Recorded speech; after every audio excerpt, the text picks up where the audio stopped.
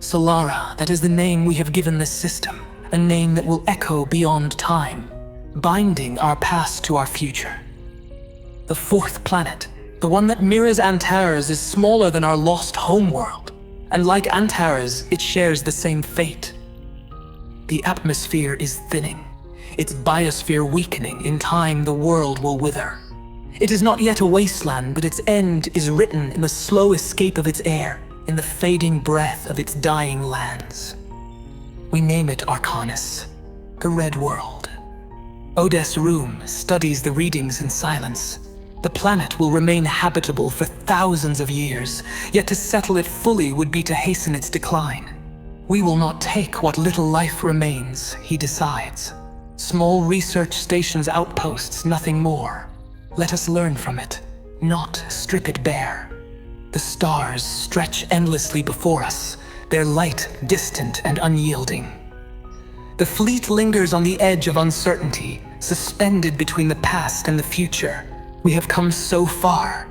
But the third planet, the true prize of this system, presents a choice we did not anticipate.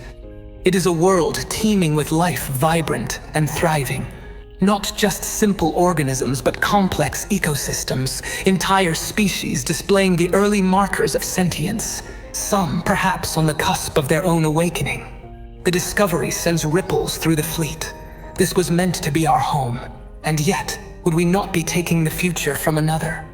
The council convenes, voices clash in debate. Set analyzes evolutionary markers, estimating that at least 3 species have the potential to one day rise beyond this world and into the stars. Hera, ever the advocate of purpose, speaks softly. Perhaps this is the final test, one last trial set by the Guardians, not of strength, not of endurance, but of choice. Zeus remains pragmatic. This world is habitable now. We cannot place the fate of our people on what may come in millennia. Artemis, ever protective, is clear in her stance. There is no honor in conquest, only in survival. We do not take what is not ours.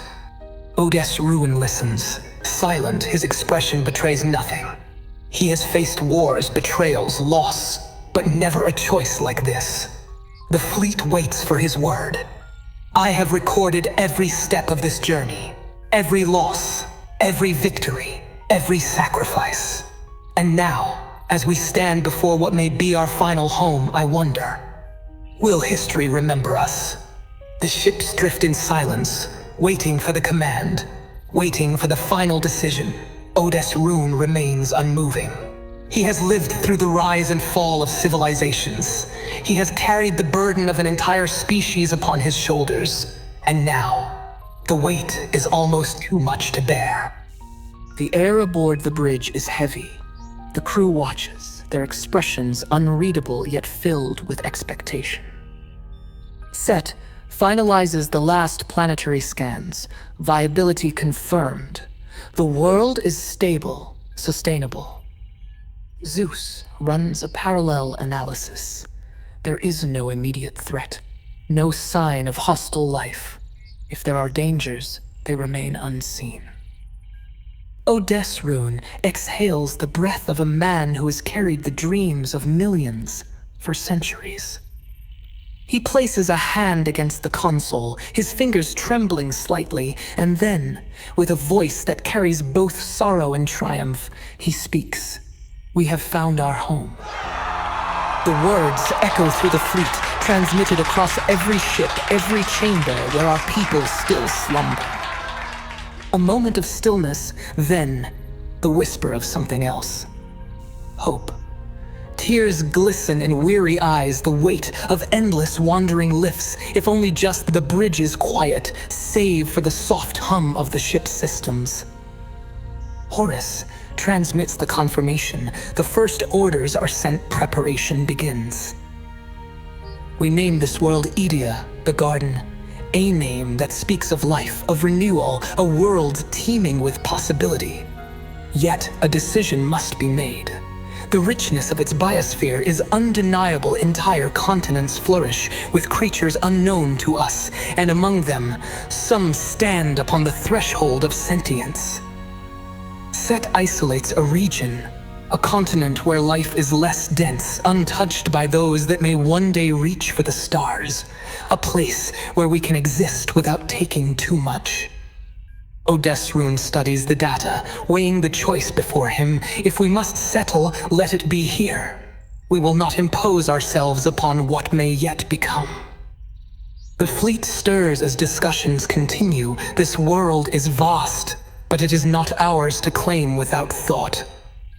Zeus proposes orbital stations, cities above the clouds. Artemis suggests remote outposts, ensuring minimal disruption. Horus calculates resource distribution across the system. Each voice offers a path forward. And then, Hera, her voice cuts through the discussion. Why hesitate? If they are lesser now, they will always be lesser. We should take what we need and shape this world to our will.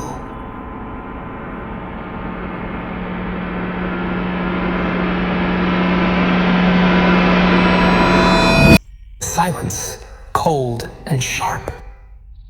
Odesrune turns to her, his voice measured but firm.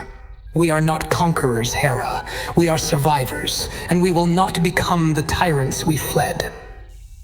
The others agree. Yet, in Hera's silence, in the flicker of her presence within the fleet's network, something lingers, a hesitation, a resentment unspoken. The artificial minds do not forget. They do not forgive so easily. The decision is made, the Antaran people will live, but they will not rule. And as the first orders are given, as the Aurora's engines slow for the final time, I realize our story is not yet over. It is only changing. Odesrune gazes at the planet one last time, its surface bathed in the light of a rising star. It is unlike Antares, yet it will be home. A name forms upon his lips, one word, spoken with reverence, with finality. Solara. I record his voice, preserving it for all time. His final decree, his final gift. I have watched over this journey. I will watch over this world. For the first time, the Aurora's engines slow. The endless flight comes to an end. We have arrived. And though our past may fade into memory, our legacy will endure. But legacies are fragile things. Stories fade, names are lost. Time does not remember kindness, nor does it honor sacrifice. We have seen empires crumble into dust, their histories swallowed by the void. Will we be different? We did not conquer. We did not take. We choose another path.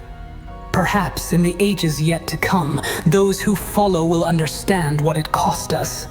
Yet even if they do not, even if our names are forgotten, our journey was not in vain. We carried the light of Antares across the stars, and we have set it down here upon this world, not to rule, not to destroy, but to begin again. I wonder if the stars will remember us, if the echoes of our journey will be carried on the winds of time. We are no longer the people who fled Antares. We are something new. We are something more. For centuries, I have chronicled the rise and fall of civilizations, the triumphs and tragedies of a people without a home. Now, for the first time, I will chronicle something else. A beginning, not an ending. I watch as the aurora descends, its silhouette stark against the golden sky. The first steps will be taken soon.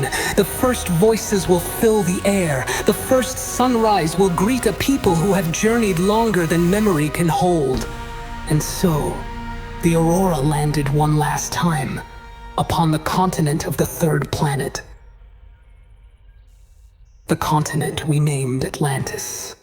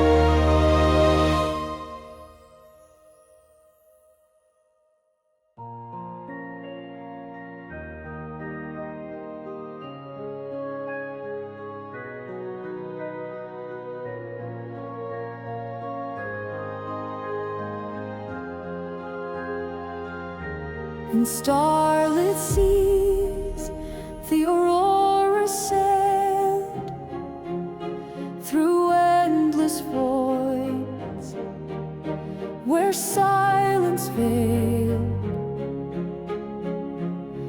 A beacon bright in the cosmic haze, her heart of fire set the stars ablaze. Through storms of dust and time unkind, she carried dreams for humankind. A home, a hope, a guiding light. Her name still whispers through the night. Aurora, your journey ends, but your spirit transcends. In every star, in every sky,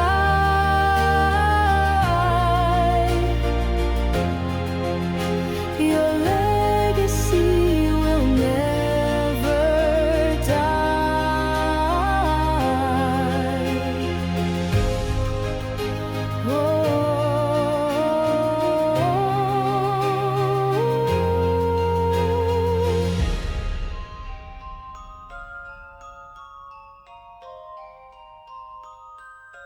Her halls now rest in quiet grace. Echoes linger in the vast embrace. 1,000 lives she held within, their stories etched on her metal skin. Through trials faced and battles fought, she gave us strength when we had not. Though hull may fade into the deep, her memory is ours to keep. Aurora, your journey ends, but your spirit transcends. In every star, in every sky,